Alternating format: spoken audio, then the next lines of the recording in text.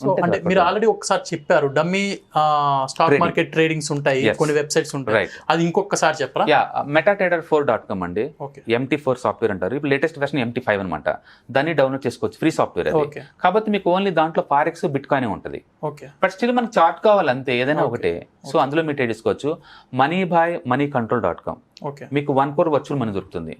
అందులో మీరు intraday trading and positional trading investment అన్ని చేసుకోవచ్చు.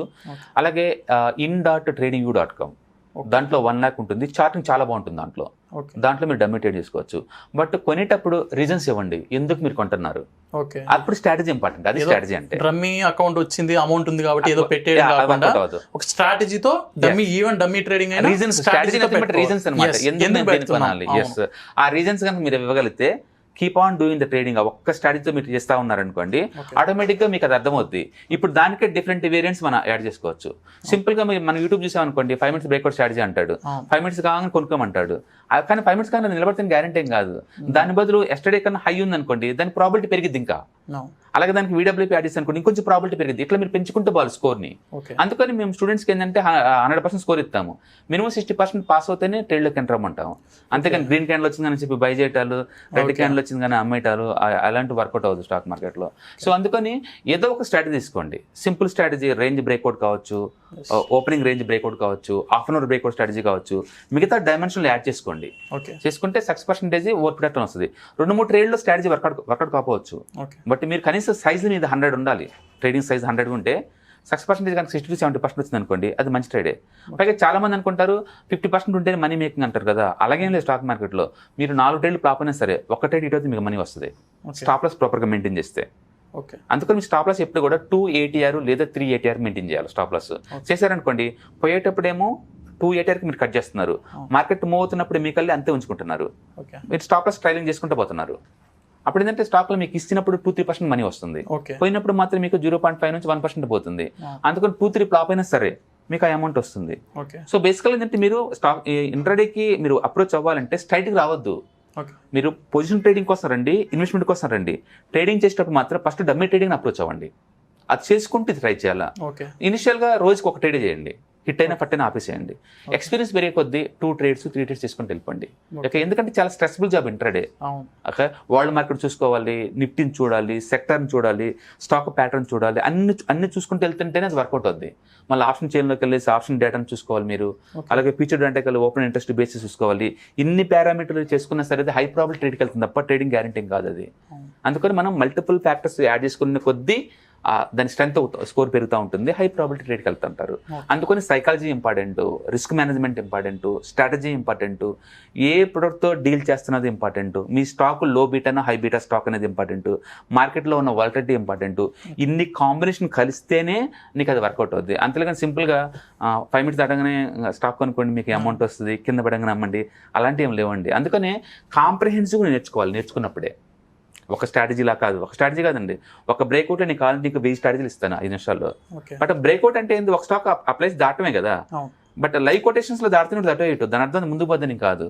అందుకని మీరు ఒక 5 minutes క్యాండిల్ బ్రేక్అవుట్ అని కాకుండా కాంప్రహెన్సివ్గా ఓవరాల్ అనాలిసిస్ చేశారనుకోండి, దట్స్ గుడ్ థింగ్ అనమాట. 5 days హై బ్రేక్అవుట్ అయింది అనుకోండి, 5 minutesతో పోల్చుకుంటే ఇది బెటర్.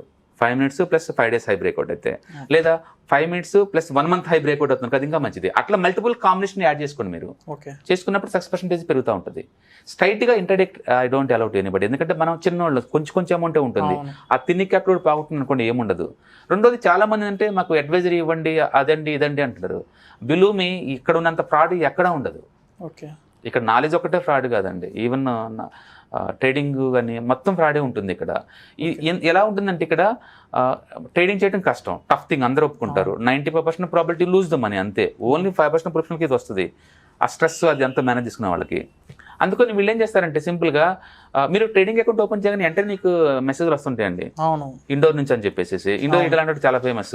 వాళ్ళు ఏం చెప్తారంటే మాకు మీ ట్రేడింగ్ క్రెడెన్షియల్స్ ఇవ్వండి, మేము ట్రేడ్ చేసి పెడతాము, 60% ప్రాఫిట్ మాది, 20% మాకు ఇవ్వండి, ఇలా చెప్తా ఉంటారు.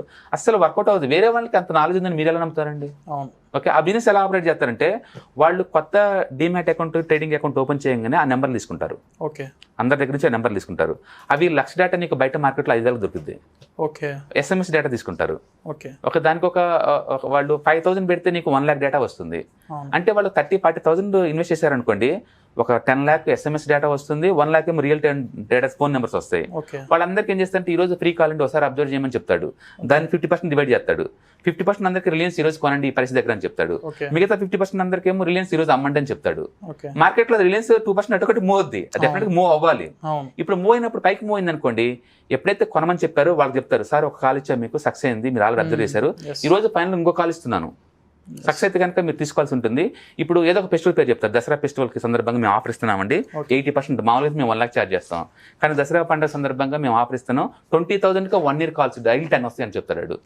మనం కూడా ఒక ట్రేడ్ హిట్ అయింది కాబట్టి డౌట్ఫుల్ రాదు, మళ్ళీ 1 lakh దాంట్లోంచి మళ్ళీ 50,000 డివైడ్ చేస్తాడు. ఈ 50లో 25,000 కి మళ్ళీ ఈసారి ఐటీసీ కొనమంటాడు, రెండో వాళ్ళకి ఐటీసీ అమ్మంటాడు. ఎక్కువ శాతం వాళ్ళు హై బేటా స్టాక్స్ తీసుకుంటారు, ఎక్కువ మూమెంట్ ఉన్న స్టాక్స్ తీసుకుంటారు. సో మళ్ళీ ఒకటి వర్కౌట్ అవుద్ది. ఇప్పుడు చెప్తా, సార్ నేను రిలయన్స్ ఇచ్చాను వర్కౌట్ అయింది, ఈ రోజు నీకు టాటా స్టీల్ ఇచ్చాను వర్కౌట్ అయింది, 2 కాల్స్ ఫ్రీ సార్, ఇంక మీకు కాల్స్ ఇవ్వం, 2 ఫ్రీగా ఫీజు పే చేశారనుకోండి, వాళ్ళకి డౌట్ రాదు, ఎవరికి కూడా డౌట్ రావాల్సిన అవసరం లేదు, ఎందుకంటే నేను ఇచ్చారు కాల్ వర్కౌట్ అయింది, వాడి శాంపుల్ సైజ్ ఎవరికి తెలియదు కదా ఇంతమంది టెస్ట్ చేస్తున్న విషయం. లేదా ఇంకా నీ డౌట్ఫుల్ ఉంది అనుకోండి, it's okay sir final last and final ఇంకో కాల్ ఇస్తా అంటాడు, మళ్ళీ 25,000 లో 12,500 విడదీస్తాడు, 12,500 విడదీస్తాడు, మళ్ళీ ఈసారి మళ్ళీ హై బేటా స్టాక్ ఒకటి ఇస్తాడు, టాటా మోటార్స్ మీరు కొనుక్కోండి మీరు అమ్మండి అని చెప్తాడు, మళ్ళీ ఒకటి హిట్ అవుద్ది, హిట్ అయిన కాల్ చేస్తాడు, సార్ మొన్న రిలయన్స్ ఇచ్చాను, టాటా మోటార్స్ ఇచ్చాను, టాటా స్టీల్ ఇచ్చాను, 3 హిట్ అయినాయి, ఇక ఫ్రీ కాల్స్ అంటే మామూలు ఇవ్వరు సార్, మీరు త్వరగా పెట్టుకుంటే ఇప్పుడు రెడీగా ఉంది కాల్ అని మీ చేత అర్జెన్సీ క్రియేట్ చేస్తారు, త్వరగా అన్నట్టు 1-10 మంది కాల్ చేసుకుంటా. అప్పటికే బాగా లాస్ అయ్యి ఉండి వాళ్ళని వీళ్ళు నమ్మి చాలా పెయిన్ఫుల్ ఉన్న వాళ్ళకి ఏంటంటే ఈ టైంలో ఈ కాల్ అనేది ఒక ఆశాదీపంలా కనపడుద్ది. ఇన్నోసెంట్ పీపుల్ అట్రాక్ట్ అవుతారు బై డిఫాల్ట్. ఓకే సరే అని చెప్తారు, స్పాట్ లో గూగుల్ పే అంటాడు, కొట్టేస్తాడు, అంతే, ఆ తర్వాత నీ ఫోన్ కూడా పిక్ చేయరు. వాడు 1 lakh డేటా తీసుకుంటే ఈజీగా 1000 మందికి డబ్బులు తీసుకుంటాడు. సో 1000 into 10,000 20,000 తీసుకుంటాడు, చూసుకుంటే 10 lakh rupees with in 5 days అప్పటికి, జస్ట్ 5 days కి. ఇలాంటి వాళ్ళు ఈ మార్కెట్ చాలా ఎక్కువ మంది ఉంటారు, దీనికి రెగ్యులేటర్ బాడీస్ కూడా ఏం లేవు. సో అందుకని టిప్స్ అడిగే బదులు నీ దగ్గర తక్కువ అమౌంట్ ఉందా, better to go mutual fund, ఎందుకంటే 20-25% వచ్చే మ్యూచువల్ ఫండ్స్ ఉంటాయి మీకు, అది మేము ఫ్రీగా ట్రైనింగ్ కూడా ఇస్తున్నాం మీకు, ఆ ఏరియాకి వెళ్ళండి, మీరు స్టాక్ మార్కెట్ డైరెక్ట్. చాలా మందికి ఇన్స్టెంట్ గా వచ్చే ఆ అమౌంట్ మీద ఉన్న ఇంట్రెస్ట్ లాంగ్ టైం లో వచ్చే దాని మీద ఉండదు. నేనే అంటుంది అది, ఒక డాక్టర్ కావాలంటే 5 years చదువుకుంటే డాక్టర్ అవుతారు, అంతేగాని ఇంజక్షన్ నేర్చుకుంటే డాక్టర్ అవరండి, మళ్ళీ చెతస్కోప్ వేసుకుని డాక్టర్ ఎవరు, దాంట్లో ఫుల్ స్టడీ ఉంటుంది. దాంట్లో ఒక ఇంజనీర్ కావాలంటే 4 years స్టడీ చేయాలి, ఒక లా చదవాలంటే 5 years పడుతుంది. ట్రేడింగ్ మాత్రం ఒక ప్రొఫెషన్ కదా, ఎందుకు దాన్ని పరువు తీస్తారు మీరు? ఇన్స్టెంట్ గా డబ్బులు వచ్చేదానికి కిక్ ఎక్కువ ఉంటది, సో దాని వల్ల ఇంట్రాడే ఎక్కువ అట్రాక్ట్ అవుతూ ఉంటారు. ఒక 100% నేను అప్రోచ్ అవుతున్నానంటే మీకు అర్థం కావట్లేదు, నేను ఎందుకు నాలో ఏముందో నన్ను అప్రోచ్ అవుతున్నాను మీకు అర్థం కావట్లేదా? సో అందుకని ఎవరైనా మీకు కాల్ చేసి మీరు రికమెండేషన్ చేస్తామంటే డోంట్ బిలీవ్, వాడు ఖచ్చితంగా ఫ్రాడ్ అయి ఉంటాడు, లేకపోతే నేను అప్రోచ్ అవ్వాల్సిన అవసరం లేదు, వాళ్ళకి లేదు.